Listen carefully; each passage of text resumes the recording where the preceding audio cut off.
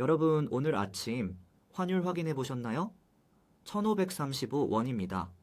2009년 글로벌 금융위기 이후 딱 17년 만에 나온 숫자예요. 저도 처음 이 숫자를 봤을 때 솔직히 에이, 나랑 무슨 상관이야 했거든요. 그런데 가만히 생각해 보니까 이게 남의 거 얘기가 아니더라고요. 예금 가진 분, 대출 있는 분, 올해 해외여행 계획 있는 분, 이 세 가지 중 하나라도 해당되시면 지금 이 환율이 여러분 지갑에 직접 손을 뻗고 있는 거예요. 오늘은 거창한 경제 이론 말고요. 내 예금, 내 대출, 내 여행비가 실제로 얼마나 달라지는가 이것만 딱 짚어드릴게요. 결론부터 말씀드리면 핵심은 세 가지입니다. 첫째, 원화 예금의 실질 가치가 조용히 줄어들고 있다.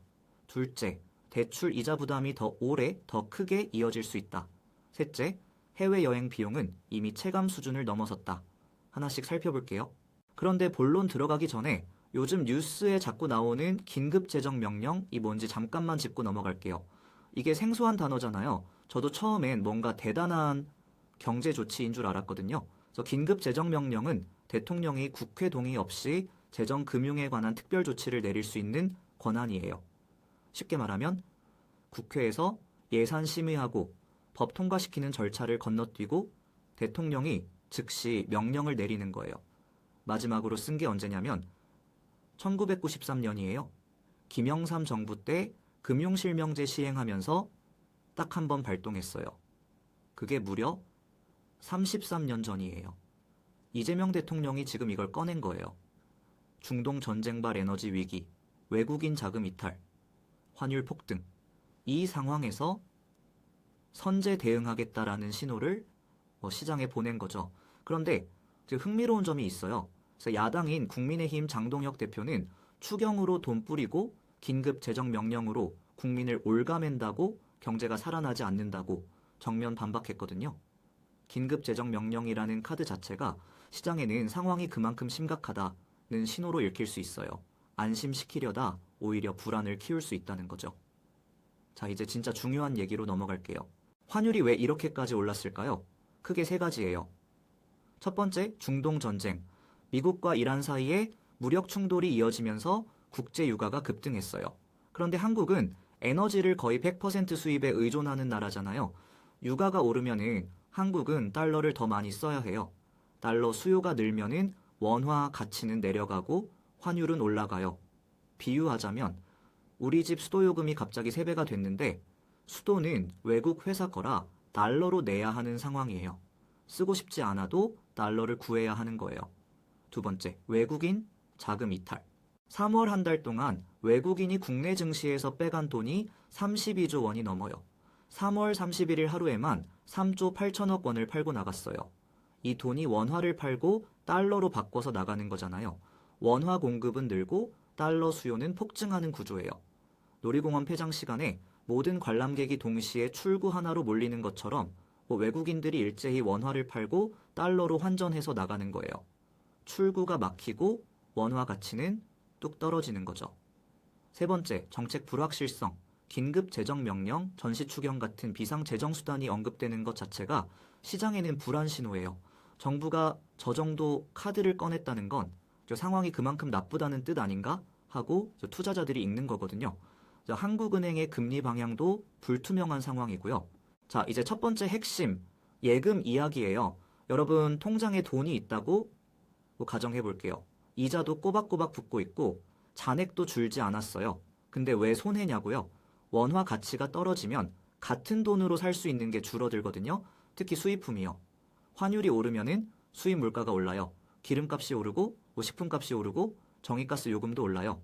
그래서 내 예금 잔액은 그대로인데 그 돈으로 살 수 있는 양이 줄어드는 거예요. 그래서 요거요 실질 구매력 하락이에요. 비유하자면 냉장고 안에 10만 원어치장을 봐뒀는데 다음 달에 마트 가보니까 그게 8만 원어치밖에 안 되는 거예요. 그래서 통장 숫자는 안 변했는데 내 돈의 힘이 줄어든 거죠. 그러면은 예금 금리가 오르면은 괜찮지 않냐고요? 이론적으로는 맞아요. 환율이 오르면은 인플레이션 압력이 생기고 그러면은 금리를 올려서 방어해야 하거든요. 그래서 예금 금리도 소폭 오를 수 있어요. 그런데 문제가 있어요. 한국은행이 지금 금리 올리기를 굉장히 꺼리고 있어요. 왜냐하면 경기가 너무 안 좋거든요. 금리를 올리면은 대출자들이 더 힘들어지고 경기가 더 식어버리는 딜레마가 있어요.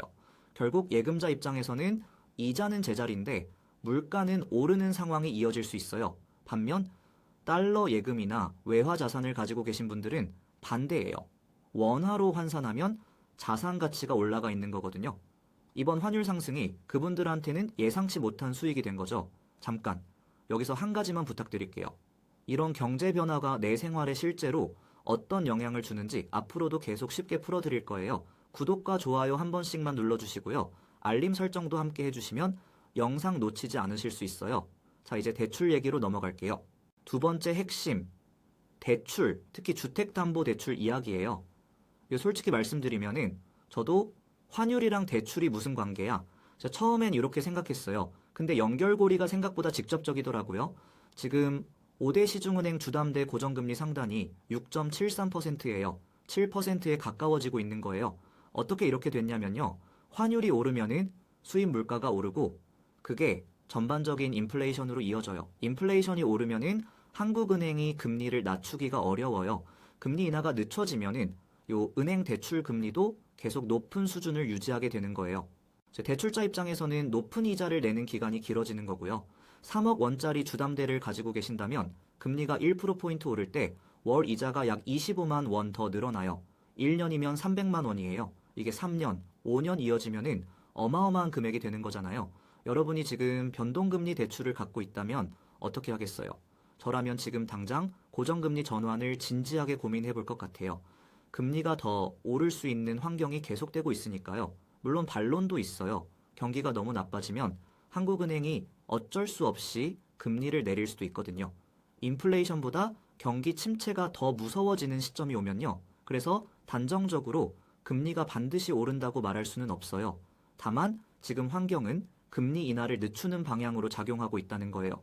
세 번째 핵심, 해외여행이에요. 이건 제일 체감이 직접적이에요. 숫자로 바로 보여드릴게요. 100만 원을 달러로 환전한다고 해볼게요. 환율 1530원 기준이면 약 653달러를 받아요. 환율이 1350원이었을 때는 같은 100만 원으로 약 741달러를 받았어요. 똑같은 100만 원인데 88달러가 공중에 사라진 거예요. 현지에서 밥값 두세 끼는 되는 돈이에요. 비율로 따지면 1년 사이에 여행 경비가 약 13%더 드는 거예요. 그런데 여기에 일본 여행 가시는 분들은 변수가 하나 더 있어요. 2026년 4월부터 유류 할증료가 기존 대비 약 3배 인상됐고요. 일본이 숙박세를 새로 도입해서 1박당 300엔에서 1000엔이 추가로 붙어요. 환율 부담에 이 비용까지 더해지는 거예요. 미국이나 유럽 여행은 말할 것도 없어요. 항공권도 달러, 숙박도 달러, 현지 식비도 달러예요. 환율이 직격탄으로 맞는 구조예요. 한마디로 해외여행 예산은 지금 수준에서 최소 10에서 15%는 더 잡아야 한다라는 거예요. 그러면은 여행을 취소해야 하냐고요? 꼭 그렇진 않아요. 하지만 환전 타이밍은 한 번 더 고민해 볼 필요가 있어요. 전문가들은 다음 저항선이 1545원에서 1550원이 될 거라고 보고 있거든요. 아직 더 오를 여지가 있다라는 얘기예요. 반면 하반기에는 중동 상황이 소강되면은 1400원대로 내려올 수 있다라는 전망도 있어요. 환전을 서두를 필요도 무한정 기다릴 필요도 없는 상황이에요. 여기까지 들으시면은 이거 IMF 때랑 비슷한 거 아냐? 싶으실 수 있어요. 저도 그 생각했거든요. 그런데 지금은 결정적으로 다른 부분이 있어요. 1997년 외환위기의 핵심은 외환 보유고가 바닥났다라는 거예요. 달러가 없어서 나라가 부도 직전까지 갔던 거거든요. 그래서 무디스 신용등급이 정크 수준으로 강등됐고 한국은행 금리가 연 20%대까지 치솟았어요. 지금은 그 상황이 아니에요. WGBI, 즉 세계국채지수에 한국이 편입되면서 채권 자금 유입도 기대할 수 있고 반도체 수출은 여전히 버텨주고 있어요. 외환 보유고도 당시보다는 훨씬 나은 상태예요. 하지만 안심하라는 얘기가 아니에요. 1530원은 2008년 금융위기 때 기록도 넘어선 숫자예요. 위기가 아니다와 괜찮다는 전혀 다른 말이거든요. 브레이크 뉴스의 한 칼럼니스트가 이런 말을 했어요. 환율은 위기의 사건이 아니라 방향 전환의 신호다. 자본은 순식간에 이동하고 환율이 그 결과를 가장 먼저 드러낸다. 지금 환율이 우리한테 보내는 신호를 읽어야 한다라는 거예요. 자, 오늘 핵심 3가지 정리할게요. 첫째, 원화 예금은 잔액은 그대로여도 실질 구매력이 줄고 있어요. 금리 인상 기대도 크지 않은 상황이에요. 둘째, 대출자는 환율 상승이 금리 인하를 늦추는 방향으로 작용하고 있어요. 변동금리 대출이라면 고정금리 전환을 한 번쯤 검토해 볼 시점이에요. 셋째, 해외여행 예산은 최소 10에서 15% 더 잡아야 해요. 환전 타이밍은 하반기 상황을 보면서 판단하는 게 유리할 수 있어요. 환율은 숫자가 아니에요. 내 월급, 내 이자, 내 여행비에 직접 손을 뻗는 현실이에요. 오늘 영상이 그 현실을 조금 더 선명하게 보는데 도움이 됐으면 좋겠어요. 여러분은 지금 이 환율 상황에서 어떻게 대응하고 계신가요? 댓글에 여러분의 생각이나 상황을 적어주시면 다음 영상에 꼭 반영하겠습니다. 오늘도 끝까지 봐주셔서 정말 감사합니다.